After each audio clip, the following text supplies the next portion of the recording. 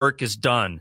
Snap Construction has handled thousands of claims, and we'll help you through the process. Don't go with the out-of-town fly-by-night contractor. Most storm damage goes missed by the untrained eye. Trust Snap Construction for your free storm damage evaluation. For your free storm damage evaluation, call Snap Construction at 612-333-SNAP or visit them online at snapconstruction.com. That's 612-333-SNAP or snapconstruction.com. Magus Books, your multicultural spiritual supply store. Stop in and expand your horizons with books, classes, readings, and supplies at magusbooks.com or in our shop at 1848 Central Avenue Northeast in Minneapolis. From the best incense to beautiful statues, we have supplies and books for your spiritual explorations. Come in and chat with our knowledgeable staff and get what you need for your next adventure, whether you're fighting ghosts or opening your third eye. Check us out today at magusbooks.com. With a look at your AM 950 weather, I'm Patrick Lilia. Clear tonight with a low of 38, then Tuesday sunshine with a high of 54. Cafe Latte is unlike any restaurant you've ever experienced. Grab a tray and pick from their award-winning selections of soups, salads, sandwiches, and mouth-watering desserts. Cafe Latte, Victoria Street and Grand Avenue in St. Paul, or cafelatte.com. Portions of the following program may be pre-recorded. The views expressed and the opinions given by the individual host, guest, random reptoid, or chupacabra may not necessarily reflect those of AM 950 Radio, its affiliates, or its sponsors. Now, it's time to step into the unknown.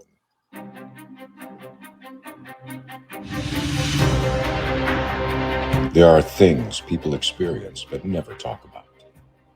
A shadow moving in the corner, flickering of the lights, a disembodied voice. We invite you to talk with us. Share your story, share your experience, because this isn't just your story, this is our story. This is Ghostbox Radio with Greg Bakken. And this is Ghostbox Radio on AM 950, where every night we talk about the paranormal, ufology, Bigfoot, and so much more. My name is Greg Bakken. Thank you very much for joining me tonight. I hope everyone had a great weekend. I think it was over here. It wasn't too bad weather-wise, was it? It was all right. I hope everybody had an opportunity to go out and see the new Exorcist film, Exorcist Believer. We talked about it enough last week.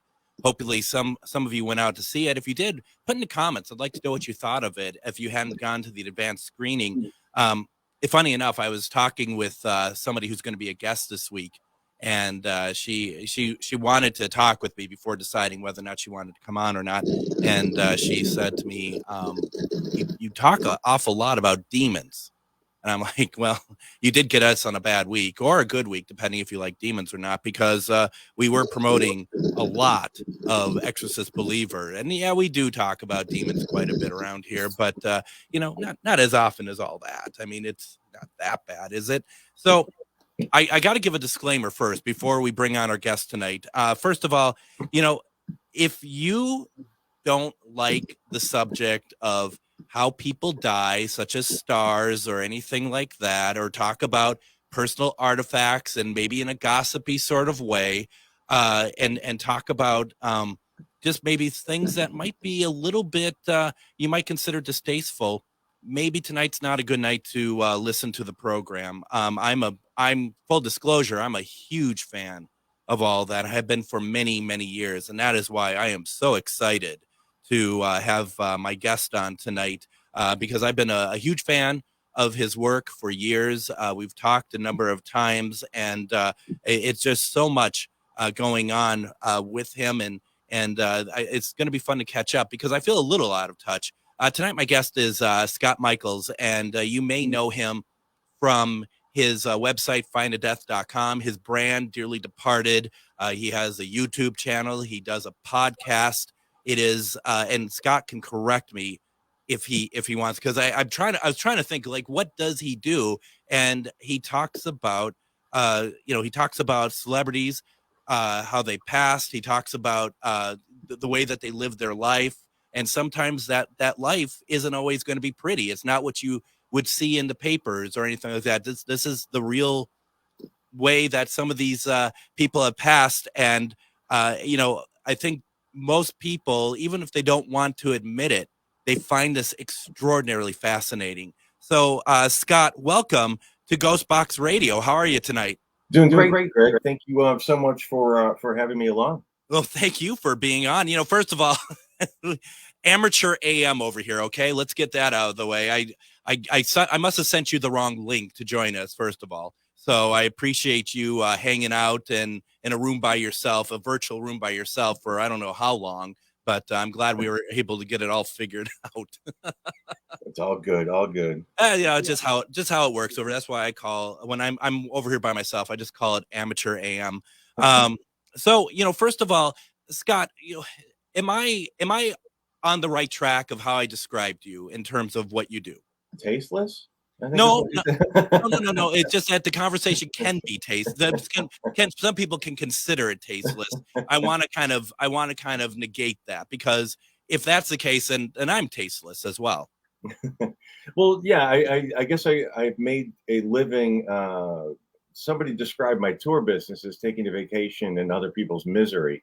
I just sort of tell the ends of people's biographies. That's what I've assembled since since the 80s is when when I started doing this full time. And so I just sort of zag with the zigs, and now I'm all online instead of being in a van on the streets of Hollywood. And the thing I find very interesting about it too is because I was thinking about this as well in my drive over today, was there's a lot of people who collect certain aspects of stars' lives, or they collect information or whatnot. But you've also had the luck of being a part of different, like that you can actually walk the walk, talk the talk. And what I'm talking about is, I think in one of your dearly departed podcasts, talking about a night that you had dinner with Roger Moore. And it's stuff like that where it's just like you're not just collecting the stuff, you kind of immersed yourself in this world very much. Yeah, it's funny that I do have good stories, and I've had a lot of good experiences, and I've met a lot of really unusual people, and I've sort of made myself into those things. You know what I mean? It wasn't. It worked. Like the dinner with Roger Moore. It just so happened that, my ex was working on a television program, and we ended up doing that night. Mm-hmm. Pardon me. It was all very organic, but I've always found it kind of easy to insert myself into those things, like going to Phyllis Diller's house, and on my way home from Phyllis Diller's house after getting one of her paintings and having a great picture taken with her, having a nice conversation, then going to the hotel where Divine died and stealing the door from the room that Divine died in, because they were tearing down the hotel. So I guess I've always went head first into these things. I've never really been shy about it. And what is it that you find is so addictive about that? I mean, and it's really hard to pinpoint, because there are different facets to this, but I guess maybe the whole thing about knowing how these stars die, going and getting the those pieces of hotel rooms or houses or whatever else. What is it that drives you to want to do that? It's funny, because these people are celebrities, are our royalty here in America, and we all know who Clark Gable and Frank Sinatra were, and Divine and Pee Wee Herman and all those people. Mm-hmm. But we see them on the screens, and we're sort of falling in love with them, or in hate with them, or whichever it is. And it seems like they're so untouchable, but when you realize they are just human beings, and being able to have normal conversations with them, and knowing that they, this is not my focal point nearly clearly, but it's like they go to the bathroom like we do. They bathe like we do. They eat like we do. And that's sort of the weird balance with me, is I like the normalcy about the immortals. It's an odd thing, but that's like some of my collection. I have the sink from Lucille Ball's house. It's just such a weird thing to have, but it makes her a human being, yet she's still a superstar. So I love that, being able to sort of picture them as normal people, but they're not. And they're not, and that is such a kind of a strange place to be, because I know exactly what you're saying. When I'm reading about on findadeath.com, and I'm reading about, first of all, I can read about how all of the cast of I Love Lucy died. And with that, it does it reminds you of the struggles, and it's not one to laugh at or take any sort of solace in, at least when it comes to Lucille Ball, but it was more of one of, that she got very ill, and she, people thought that she might have pulled out and she didn't. I mean, but these are real, this is stuff that might sound odd to say, but it does need to be, it does need to be recorded somewhere, somehow. Yeah, it is that is a way of memorializing these people, is recording in that way. And I've always been one that sort of spoke in my mind about things. And I also believe that these people, whomever they may be, their reputations are part of their lives and of their deaths. So, like, for instance, I don't set out to be nasty about anyone. But if a person was nasty when they were alive, that doesn't make them not nasty now. I'll call them out. Yeah. And it's not picking on people who aren't there. It's just a fact. Some people write biographies. Well, I write the ends of people's biographies. And if I think they're a jerk, if I've had experiences with them and I know they are, it doesn't mean they're not. So I'll call them out. Well, and that's probably where the first place I ever really learned about the type of person, say, Paul Lynde was, or Richard Deacon was. I mean, I put those two together because, they have that story about, having, drinks and people. And part of your site, at least when we're talking Fine to Death, is partially also successful by the people who add to the stuff that you write with their experiences that they've had with those people as well, which makes it even more of a human experience. Yeah, definitely. And when I opened up my museum in Hollywood, people contributed that way too. So yeah, their thoughts, their feelings, their experiences, like you mentioned the Paul Lynde and Richard Deacon thing, to clarify, or just to there was I forget what the story was or who that was about. Must have been about Paul Lynde. And then someone sent in the story about how was it Richard Deacon, Paul Lynde, and Nancy Walker were having drinks. Nancy Walker, yes, it was Nancy Walker. and just waved a drink, waved over to them and said hello, and they invited him over to have a drink, whomever it was that sent me that information. And it's nice to know that side of them.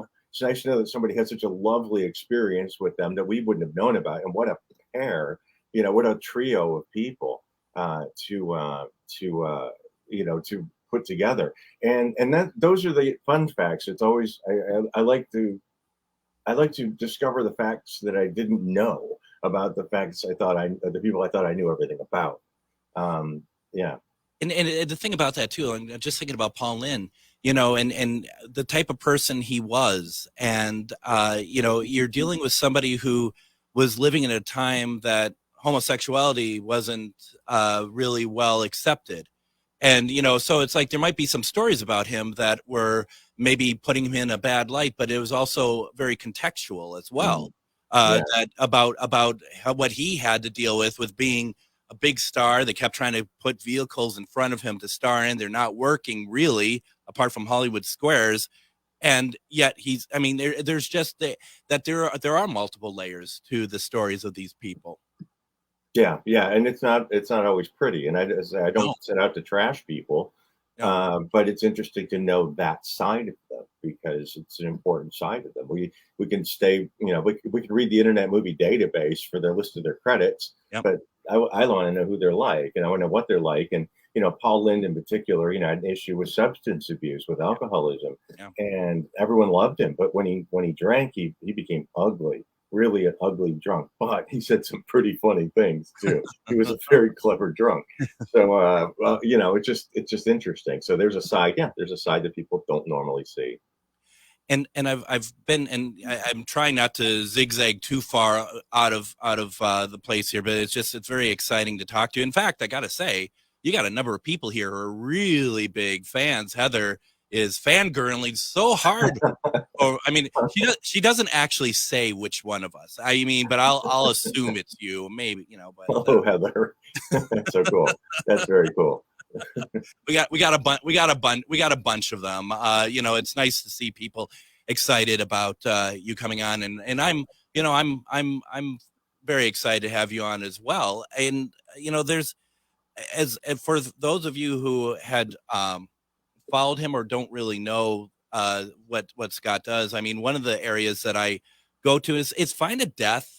Even, is it being updated, or is that kind of moved along a little bit? Yeah, it's fallen to the wayside. Lots of projects sort of have. It just I got involved with sightseeing, and now I'm YouTube, and it's sort of like I'm just a guy, and there's all these different things that I'll do a podcast, I have to do this video, I have to do, and I like doing all those things, but it's really hard to I can't compartmentalize, and I have so many things to do that I can't do anything. And that's a real problem for me. But they still exist. They're all still there. They're just they've been neglected by me. Well, and do you see a point that there is a certain era of Hollywood and stars that once they are dying out more and more and more, that your interest in current stars dying or something may be less impactful for you, or does? Oh yeah. I don't care almost about anyone, that's there are so many cookie cutter people out there. There's no distinction. And, I can appreciate performances and actors, but yeah, there's no real personalities anymore. And it's a very vague, sweeping statement, clearly, but I find it difficult to get excited about anybody. Really, there's not a lot of people I would say, "Ooh, I'm going to go to see that because so and so is in it." Not anyone that's under the age of 70, anyway. And I have to assume too, to a certain degree, that it's kind of odd how that is almost mimicking what Hollywood itself has become, as far as like physical buildings, like all the stuff that has been so iconic or has been around for so long is being torn down and other stuff being put in its place. Yeah, I mean, it's just lazy. It's funny. I was just watching tonight. Troy and I were watching Hell's Kitchen and Bar Rescue, and I love those shows. I eat them. I love those shows so much. But yet I'm thinking, this is just reality. This is just contests. It's cheap entertainment, but I really enjoy it. But there's not a lot of care put into entertainment so much anymore as reality, and that's sort of sad. And that contributes to the lack of there being any real standouts, in my opinion. Again, I'm not, I don't go to the movies that much anymore, Yeah. So and I stopped my Inquirer and I stopped my Globe subscriptions because the people were just like, I don't know who these people are anymore. Absolutely. Now, Scott, you and I didn't have a chance to talk beforehand. Is it okay if people in the chat ask you any questions? Oh, sure. Yeah, no, that'd be great. All right, folks, go ahead, put some questions in the chat, and we're going to ask those. What we're going to do, let's go ahead, take our first break. When we come back, we're going to continue our conversation with Scott Michaels, Dearly Departed podcast, as well as Dearly Departed YouTube channel, and we're going to have a great conversation. You're listening to Ghostbox Radio on AM 950.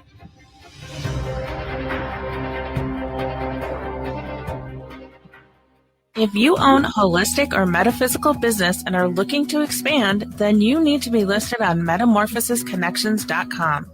It's a network where you can grow with like-minded practitioners and reach new clients. Metamorphosisconnections.com is an online directory you need to list yourself and your business. Our platform makes it easy for you to create listings of your products and services, and you can also choose to list your classes, events, and so much more. Metamorphosisconnections.com helps you create weekly and monthly promotional ads targeted towards your potential clients and promotes them for you via social media and newsletter. There are clients searching for your specialty right now. Let us help them find you. Start your listing today so you can share your own unique gifts and talents by finding the level of membership that best fits your needs. Let us help you reach your clients that are searching for what you do. Visit metamorphosisconnections.com and sign up today. Hello, I'm Jody, also known as Witch Jody on social media. I opened Midwest Witchery and Healing in historic Stillwater because as a nurse, I love to help others. When you come and visit Midwest Witchery and Healing, you will find everything from divination and magical services, classes to ritual tools, jewelries, handcrafted candles, witchy gear, and much more. My store is a safe environment for all on their own unique path. Look for the purple door. Find out more at MidwestWitcheryHealing.com. This Halloween, visit and investigate one of the most haunted houses in Minnesota, the Boyd House, located in Boyd, Minnesota, just 2 hours southwest of the Twin Cities. Other people who have investigated the house heard audible, disembodied voices, seen shadows and apparitions, and so much more. Book your overnight investigation at BoydHouse217.com. No need for a hotel. You could stay in the house if you dare. Dead of night and sirens song, seasons change, shadows grow long. Creatures of the night come out to play, the veil is thinning day by day. Pumpkin spice and cinnamon sticks, baby mages and magic tricks. This, my dears, is the season of the witch. So move with caution if you dare, it smells like Samhain in the air. Whatever potions you may be brewing, Magus Books has supplies for your working. Visit us at 1848 Central Avenue Northeast in Minneapolis or magusbooks.com.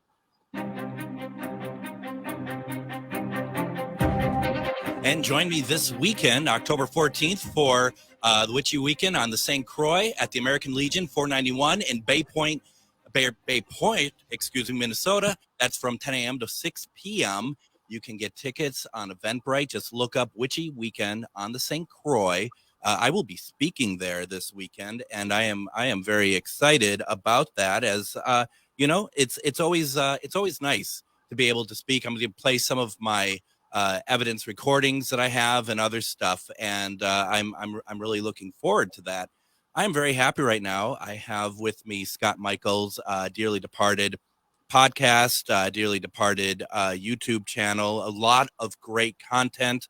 Also, check out findadeath.com. Yeah, I mean, Scott said that he hasn't updated it recently, but there are hundreds of people to look up and read about on there. And Scott, do you want to take some questions and see what's out there? Sure. Yeah, I'd be happy to. Greg. Let's do it. First of all, because I have lots of questions, but I think I'd rather have some of these fans who keep saying stuff like Scott's the best guest and has so many wonderful stories to share.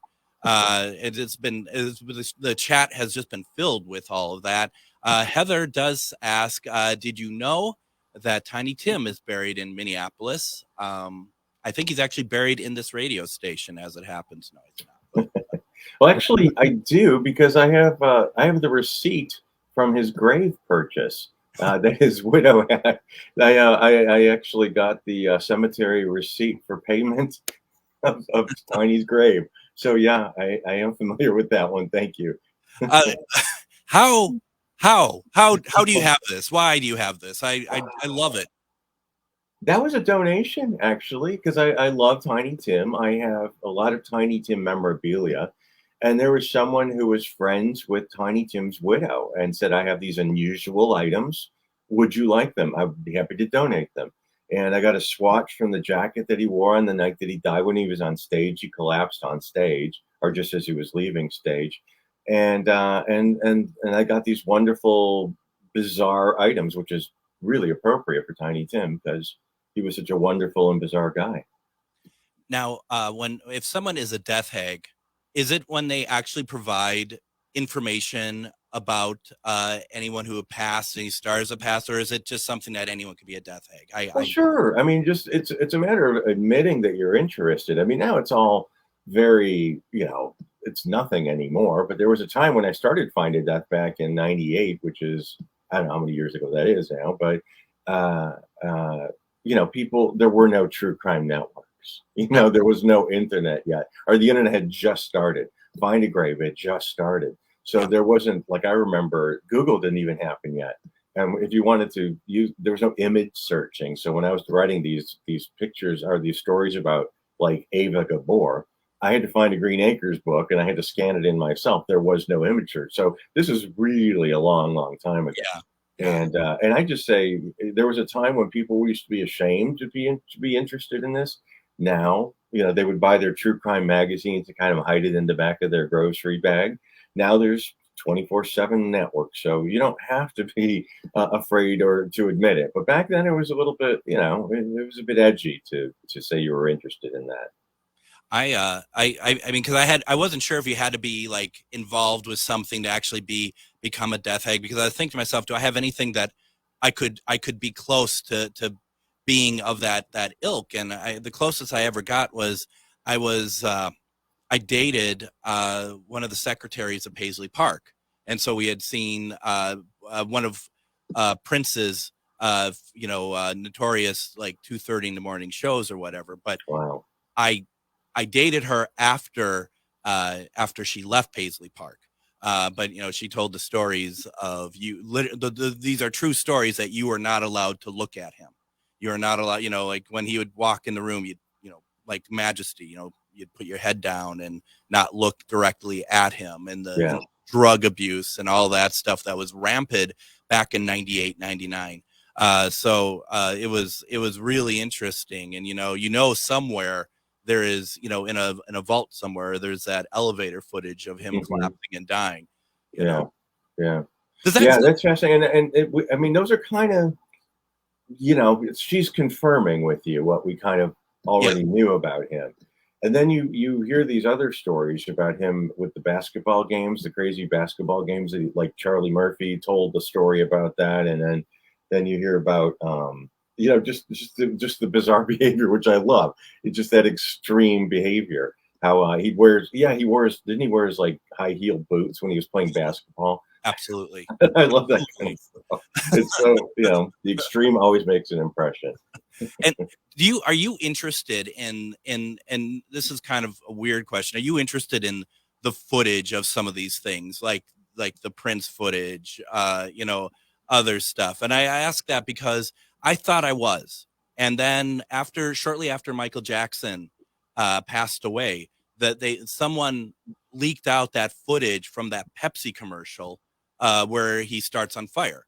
And it's like, oh wow, this I'm curious to see what it was. I watch it, and it's far worse than anything that like had been recreated in the Michael Jackson biofilms and stuff like that. And I was like, oh, that's that. I guess I went too far this time. I think I went a step too far in my interest in these things. Well, yeah, I guess, and fair enough, your own boundaries. I've always said that I don't want to see a picture of somebody getting run over by a train. I have no interest in that. Mm-hmm. However, if Marilyn Monroe was hit by a train, I'd watch. I would, if I had the opportunity to see because I'm curious. I want to see that. So, I don't want to see people get beheaded. That's the most horrible thing to watch. Innocent people, those terrible things happening to people. But I have seen that. And I regret looking at it. However, if it's somebody that's well known, it's part of the package. Yeah, I think, and it could be considered invasion of privacy, but they're public figures, so there's a fine line, and I know I dance all over that line back and forth. So, and a close one to that also is like the Paul Walker footage of like the crash. I don't know if there's actually footage of the crash per se, but you get enough of it. Yeah, there are photos. There is a photo that's out there that's definitely of him afterwards in the car still. It's on your page, isn't it? It probably is. I think you actually, and folks, once again, if you don't like hearing this type of stuff, this might not be the episode to listen to. But you actually have it where you like out. Yeah, well, no, because it's a fact. We're not dressing it up. It's a death happens. No, this is where Paul Walker is on. Yeah, and here he is. If you want to see it, here. But if you don't. Yeah. And take responsibility for your own actions. Don't blame it on somebody else if you saw something you don't want to see. Exactly. And don't look at it if you don't want to. It doesn't matter to me. But for those that do, I think that it's a worthy. I think it's a curiosity that deserves to be acknowledged. And there's a lot of us out there. There's just a lot of us out there who really love this stuff. Okay, I know this story, but Karen's asking for you to tell it again, and I think it is a great one. I was just thinking about this, the story of buying D. Martin a beer, and also is his old house in Palm Springs renovated yet? The house, Troy and I drove past the house probably 2 or 3 weeks ago. And the only thing that's different is, the trees have been, I think 1 or 2 trees are gone, and there's a fence around it now, one of those temporary chain link fences with the green tarp over it. So there was some movement, but not within the house. The house is boarded up a little bit more. I'm pretty sure the house has been sold. Well, and they're going to do something with it. I'm pretty sure those fences are probably because of me. And again, I didn't set out to upset anybody, but I walked around the house with a camera because I want to see D. Martin's house. And that video has gotten like 2 million views. So yeah, I feel a little guilty, but I was only providing a service, and I thought it was an interesting service. And D. Martin was a nice guy, and I didn't know him, but I met him, and when I first moved to LA in the early 90s, Dean Martin would go to this restaurant called the Hamburger Hamlet, and he would watch the baseball game on Sunday afternoons, and you would set your watch by him. 1:00 on Sunday afternoons, he and his a chauffeur or assistant, he would walk in with Dean. Dean would sit down at the table, and an assistant would go and leave, and Dean would have his dinner, or I should say lunch. And I would take people there to see him when my sister came to visit, and we went to go see D. Martin. We never bothered him, but it was just something how cool is this? We get to go see D. Martin when we want to. And but one day I decided I wanted to meet him, and I went alone, and I sat at the bar, and I sat at the one seat at the bar that blocked his table's view of the baseball game. I knew he would be able to see it. And so I sat there, and he came in, and he tapped me on the shoulder after a couple of minutes and asked me if I wouldn't mind moving. And I said, yeah, sure, no problem. And I did. And the bartender came over and said, Mr. Martin would like to buy you a drink. And I got a beer, which I saved the bottle. And I walked over to him, shook his hand, and talked to him for a second. I mentioned Marilyn Monroe. I mentioned Sharon Tate because it was my moral obligation to do that. And just to get a comment, they were very nice nice women, or something to that effect. There was nothing of any depth to it, but it was just my moral obligation to mention those 2 names with Dean Martin. And he was terrific. So now I have that story, and the beer bottle. And I don't think it is hyperbole to say that they don't have them like him anymore, right? I mean, I think especially based on your own experience, that there aren't people. There's nice people out there, nice stars. I understand that, but that is truly a different era altogether. That doesn't exist anymore. They had a track record. They've been around for a really long time. They had, hit movies. They had recordings that we knew. And, the movies, MGM was kicking out, 4 or 8 movies a year, or one a month or something, or one every 2 weeks. I don't know. We weren't inundated. We didn't have 800 channels. We didn't have, channels desperately pumping out more and more garbage or shows or whatever, and 25,000 movie studios that are always making movies. And we didn't get foreign films. Foreign films are like at one theater, and now they're the crazy art films or something. So it's all different. We have so much information, and there's not a lot of quality information or projects that and there's a lot of quality that we don't see, which is unfortunate. But the personalities just don't really shine through anymore. They're just actors, and they're talented, and they look pretty, and they look great, but just they don't have the charm or something. That's the individuality. Yeah, it's very different. And I mean, I suppose that people who are younger are going to look at down the line. They will have some complaints about the next era of stars. What can that be? It's going to be AI, isn't it? It's just going to be not real people. So yeah, that's that. Because where else can it go from here? But that. I was thinking, Dean Martin to me still is the epitome of cool. It just really is. And I think about, of course I can't think of the name of the spy films he did in the 60s. The Matt Helm movies. Matt Helm movies. God, they're good. So good I can't remember the name of them, obviously, but they are really, it's a lot of fun. It's everything that I've seen him in has been, I really enjoy. Now let's see here. Got some low-hanging fruit here that I'm not sure if you like to answer or not. But I mean, why not ask? Who's the worst celebrity you've ever met? Right. Well, I mean, that's if I was more prepared, I could probably think of somebody better. But the one that comes to mind the most is, or the quickest, is Billy Zane, and that's he's another one that I just think he's a dick, and he was a dick. And yeah, no, he's a total dick, and to me a couple of times, not just once. So, and other people I know. So yeah, he's just not a nice person. Just definitely not cool. And getting back real fast to the like the Dean Martin thing, do you think? I mean, especially you're in the hub of it, so to speak. Do you think that were you ever surprised with how easy it was to have interactions with some of these stars back in the day?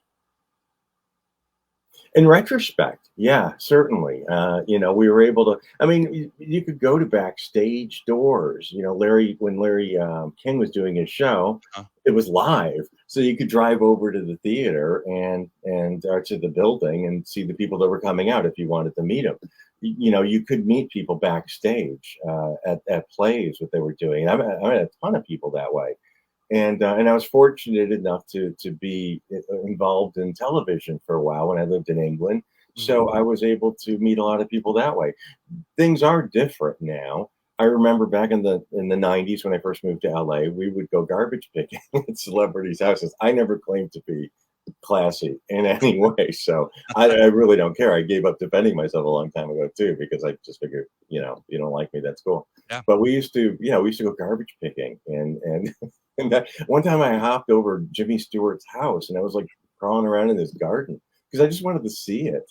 And it was innocent. It really was. Honestly, we meant nothing. We were. But today, that'd be a whole different thing. I'd be taking my life in my hands. So it was. They were magic. The celebrities were magic, and to find them being real people was fascinating to me. And I'm sure one of the things that probably surprised you the most. I mean, I just kind of get this from being outside the circle, is how some might just be. And not even like the Billy Zane sort of thing, but some might just be would be very upset to find you going through their trash. While others might be like, I have some more in the house. You want me to bring you some more trash? Like totally surprise you with that. Yeah, I doubt a lot of people would do that. But I remember the National Enquirer would do the same thing. They just, here's the Reagan's garbage. And they went and grabbed a garbage bag. And they just photographed everything that was in the garbage. I mean, it just people's reality. They're these superstars or these mega personalities or royalty. The fact that they're real people is fascinating. I couldn't go. It's fascinating. So it's sad, it's tacky, but there you are. I don't think it's tacky at all. I'm reading people who's posting in here that, and I don't know if they got it from you, that I cherish my tile from Jane Mansfield's heart-shaped pool, because that is a connection, isn't it? And it's a connection you wouldn't otherwise have with someone that you really love their work and want to have something to remember them by. Yeah. It's no different than when my parents passed, that I have stuff of theirs that I want to hold on to because they're not there anymore. Yeah, Jane Mansfield was a different animal altogether, but yes, she was just the definition over the top.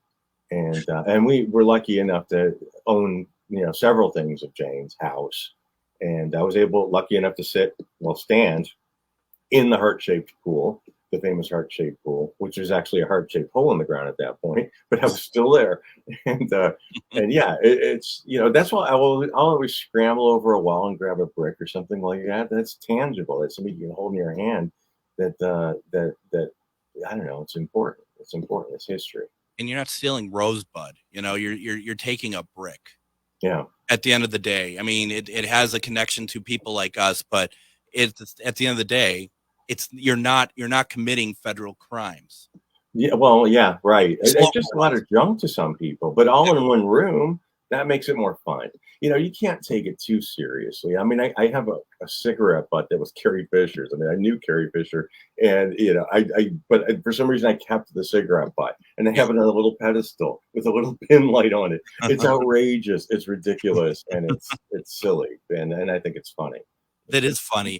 Okay, let's do this. Let's go ahead and take our next break. When we come back, we're going to continue our conversation with Scott Michaels. If you have questions for him, keep putting them into the chat. I will have some of my own questions I'm going to ask too. You're listening to Ghostbox Radio on AIM 950.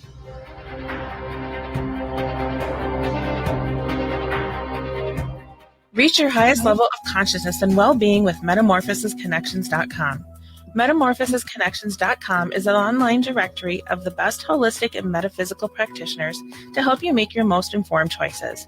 You can search metamorphosisconnections.com for classes, events, wellness and life coaches, plus metaphysical products and shops. You can also search for a wide array of healers from all modalities, including EFT, sound healing, energy healing, light therapy, ancestral healing, shamanic healing, reflexology, past life regressions, hypnotherapy, yoga, and more.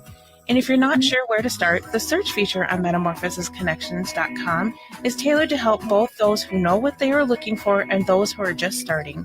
Come explore the possibilities for your higher self by visiting metamorphosisconnections.com. Their experienced practitioners can guide both beginners and those that are already on their spiritual journey. That's metamorphosisconnection.com, your link to direct you on your spiritual transformation. Hello, I'm Jody, also known as Witch Jody on social media. I opened Midwest Witchery and Healing in historic Stillwater because as a nurse, I love to help others. When you come and visit Midwest Witchery and Healing, you will find everything from divination and magical services, classes to ritual tools, jewelries, handcrafted candles, witchy gear, and much more. My store is a safe environment for all on their own unique path. Look for the purple door. Find out more at MidwestWitcheryHealing.com. This Halloween, visit and investigate one of the most haunted houses in Minnesota, the Boyd House, located in Boyd, Minnesota, just 2 hours southwest of the Twin Cities. Other people who have investigated the house heard audible, disembodied voices, seen shadows and apparitions, and so much more. Book your overnight investigation at BoydHouse217.com. No need for a hotel. You could stay in the house if you dare. With a look at your AM 950 weather, I'm Patrick Lilia. Clear tonight with a low of 38, then Tuesday sunshine with a high of 54. Cafe Latte is unlike any restaurant you've ever experienced. Grab a tray and pick from their award-winning selections of soups, salads, sandwiches, and mouth-watering desserts. Cafe Latte, Victoria Street and Grand Avenue in St. Paul, or cafelatte.com. ATNF AM 950, St. Louis Park, Minneapolis, St. Paul. And join me tomorrow on Ghostbox Radio with Greg Bakken, as I'm going to have on Witch Jody. You just heard her spots from Midwest Witchery and Healing. We're going to be talking about all sorts of witchery stuff. We're going to be talking also about her being a Salem witch, as well as talking about some big plans we have to broadcast on Halloween this year. It's going to be very exciting. Wednesday, we're going to be talking with A&E ghost hunter Daryl Marston, as we're going to be talking about his new book. Well, it was new at the time I originally asked him to be on the show, but then there's been a number of things, not because of him, but because of me, that delayed his appearance. But his book, The Horrors of the House of Wills, is out. We're going to be talking about that. It's going to be a great conversation. Thursday, we're going to have C.L. Thomas. We're going to be talking about her new book, Dancing with Demons, A Paranormal Encounter. And then Friday, it's Friday the 13th. So we're going to be talking superstitions. And for that, we have D.R. McElroy. We're going to talk about her book, Superstitions, a handbook of folklore, myths, and legends. It's going to be a great week. And I am very excited to have on Mr. Scott Michaels. We've been talking about all things about celebrity deaths. We've been talking about, just some really great stories as well. And the one thing that always sticks out in my mind, Scott, is and I haven't been on your YouTube page lately, but your video that you did showing some sort of behind the scenes stuff with Anthony Bourdain, and talking about and talking about him being very clear about certain things that he's heard about in certain hotels and stuff. And you don't know, you're just making putting it out there. If anyone wants to think that way about if what he was talking about in that video was any indication of what happened to him, and why he took his own life. And I know that there's a lot of different pieces to that, and I think more has come out since then. But I thought it was a very interesting piece that you put out there. Yeah, Anthony Bourdain was a really nice guy. I mean, honest to God, I didn't know who he was, and the production company were really trying to pin me down to do this show, which was called The Layover. Yes, The Layover. One of the worst premises for television ever, I think. Well, they told me there's this guy. They must have said Anthony Bourdain, but they said he really wants to do your tour, and I said, well, I get asked to do these shows all the time, and real princesses of something, and blind date this, and so I have no time for it because I know there's never any compensation, and it ends up being a really long, exhausting process. So I usually just don't do them. And they were really persistent. I said, I can't do it the day you want to. Can you do Saturday? No, I can't do Saturday. I'll give you an hour on Friday. And it turned out to be one of the most, sort of important things publicity-wise that I ever did. But Anthony Bourdain is a legend, and he during the tour, of all the tours in LA, he's never done tours, and any of his programs, he wanted to do my tour. Yep. And during the tour, we started talking about different celebrities and how they died, and he said point blank, "Is there any autoerotic asphyxiation on this tour?" And I said, "Yes, there is." And he said, "That's what I'm talking about." Yep. So, take it or leave it. I don't care what. There's the information. I'm just repeating it. In fact, I didn't repeat it. He repeated it in my video. And there's the speculation that that's indeed what happened in that Paris hotel room. I can only tell you what I heard, and I thought that was pretty interesting. I agree. I thought that was very interesting as well. What I didn't realize is that you have a piece of Anne H's car. Oh, yeah. Yeah, sometimes I take things from places. They're considered garbage. And sometimes I go, maybe, in retrospect. But it's still history, but it's a bit present, and it's a bit horrific. But it is. It just is. And we've all seen it. We've also heard about the accident. But it deserves to be seen, I think. So, yeah, I did go to the accident scene, did walk all the way through it. I found a piece of her car, and it was distinctive color, and I have it. Yeah, and one day it'll be on display for everyone to see. I guess that's how I defend my actions now. Well, and I would agree with you. I mean, if otherwise it would be thrown out or put some. I mean, I totally agree that you should have it. If anyone should have it, it's you, actually. Yeah, I get a lot of flack for things. And for instance, very recently, the door from the Tate House on Cielo Drive, where the quote Manson murders occurred, went up for auction at Julian's. And I did a story about the door and about the house and about the people that had been in that house and the people that claim they should have been there the night of the murders.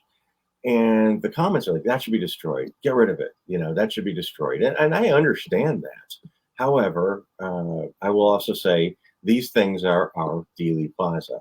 These things are our Ford Theater where President Lincoln was killed. I said Jane Mansfield's son. I introduced myself to him and I said to him, I own the car, the Buick. And he was, he visually, he stepped back like he was really shocked. He said, I don't want anything to do with you.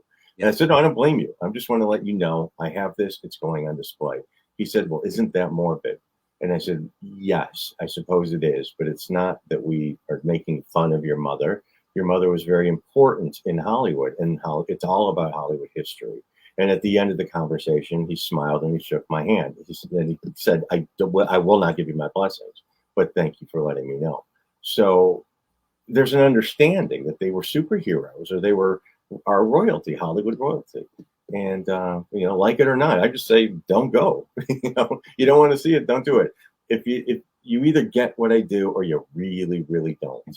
Right. And have you ever turned anyone around from going from no, thank you, whatever, to, okay, I get it. And now I'm interested a little bit more. And I don't mean like the everyday person like myself, but I mean someone of some notoriety to like, such as Sharon Tate's son or whatever. Well, I mean, I knew Deborah Tate, Sharon's sister, and Sharon Tate's sister knew I became friendly with her for a while, and in fact, when I first introduced myself, because I had a tour based solely on the Tate LaBianca murders, the Helter Skelter tour, and I exploit people. It's a really crude way to do it, but I do. At the end of the day, it's like anyone that writes a book. It's like anyone that makes a documentary. You are exploiting things.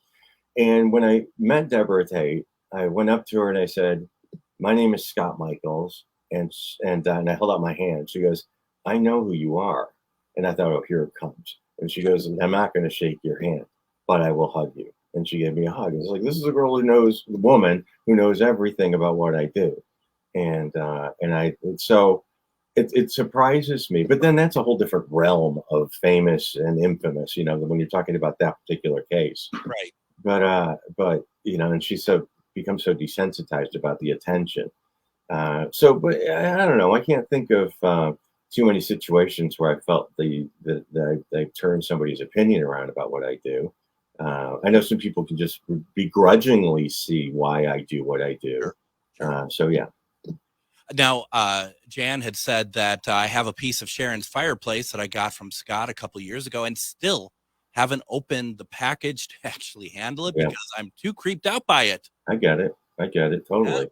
I always say, we have so many bizarre things. In one room, I will have, a tile from the pool Brian Jones drowned in, a piece of John Denver's airplane, the bolts from the light post that Paul Walker hit when he was killed, crime scene tape from O.J. Simpson, a piece of the floor from Bobby Kennedy where he was assassinated, bricks from the Ambassador Hotel, the entire Jane Mansfield car, all in one room.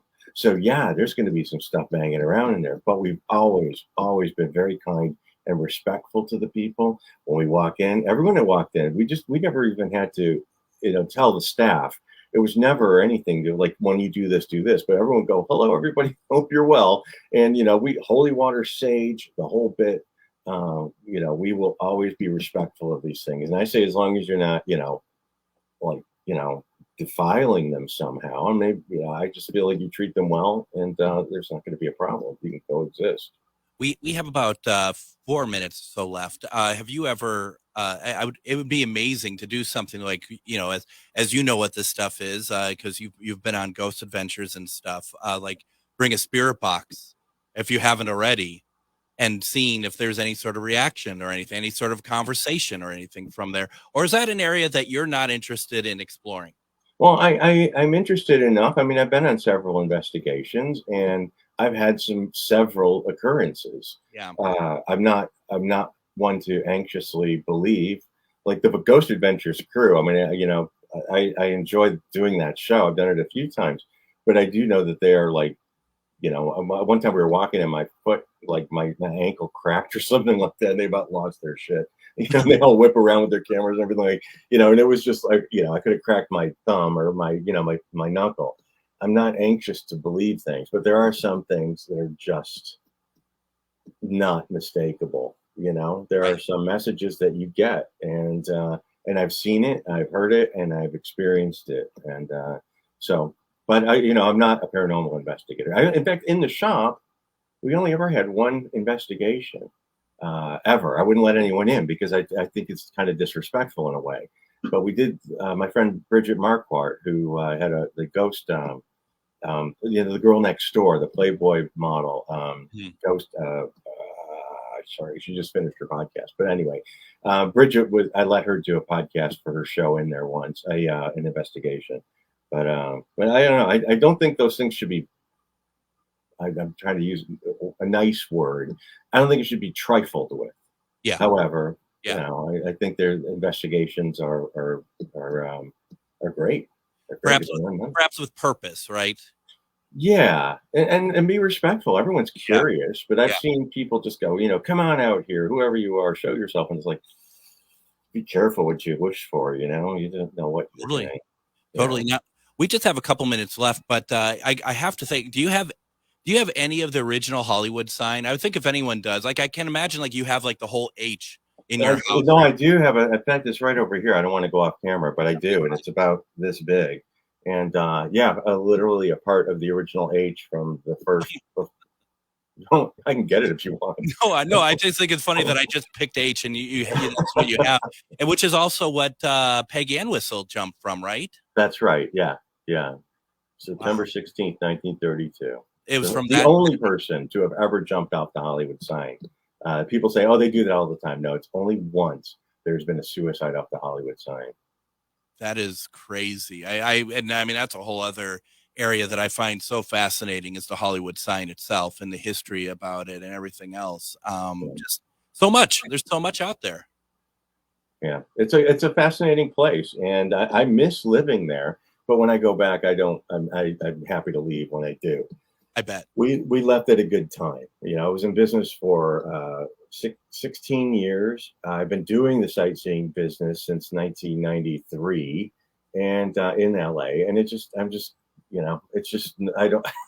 It's a much slower pace where I live right now. I'm in the desert near Palm Springs. Nice. And it's going from one extreme to the other. I like being busy. I like the vibe, but I'm glad to leave when I go to LA. I'm happy to be there, but really happy to leave.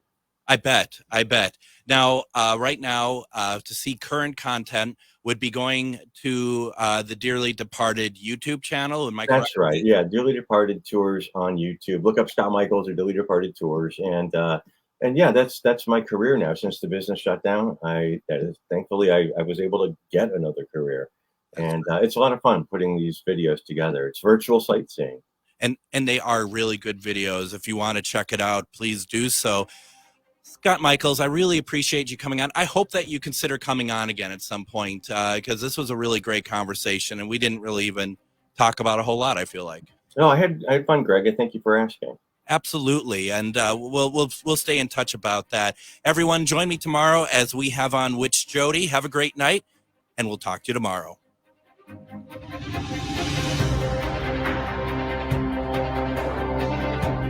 Hey, Minnesota, it's Brad Friedman, host. You're listening to AM 950 KTNF, St. Louis Park, Minneapolis, St. Paul, the progressive voice of Minnesota. AP News, I'm Ben Thomas. Oh, he's gone. No problem. The war has already killed 900 people in Israel, more than 680 in Gaza.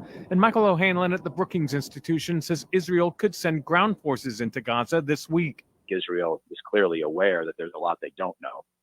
And they're hopeful that going into Gaza will allow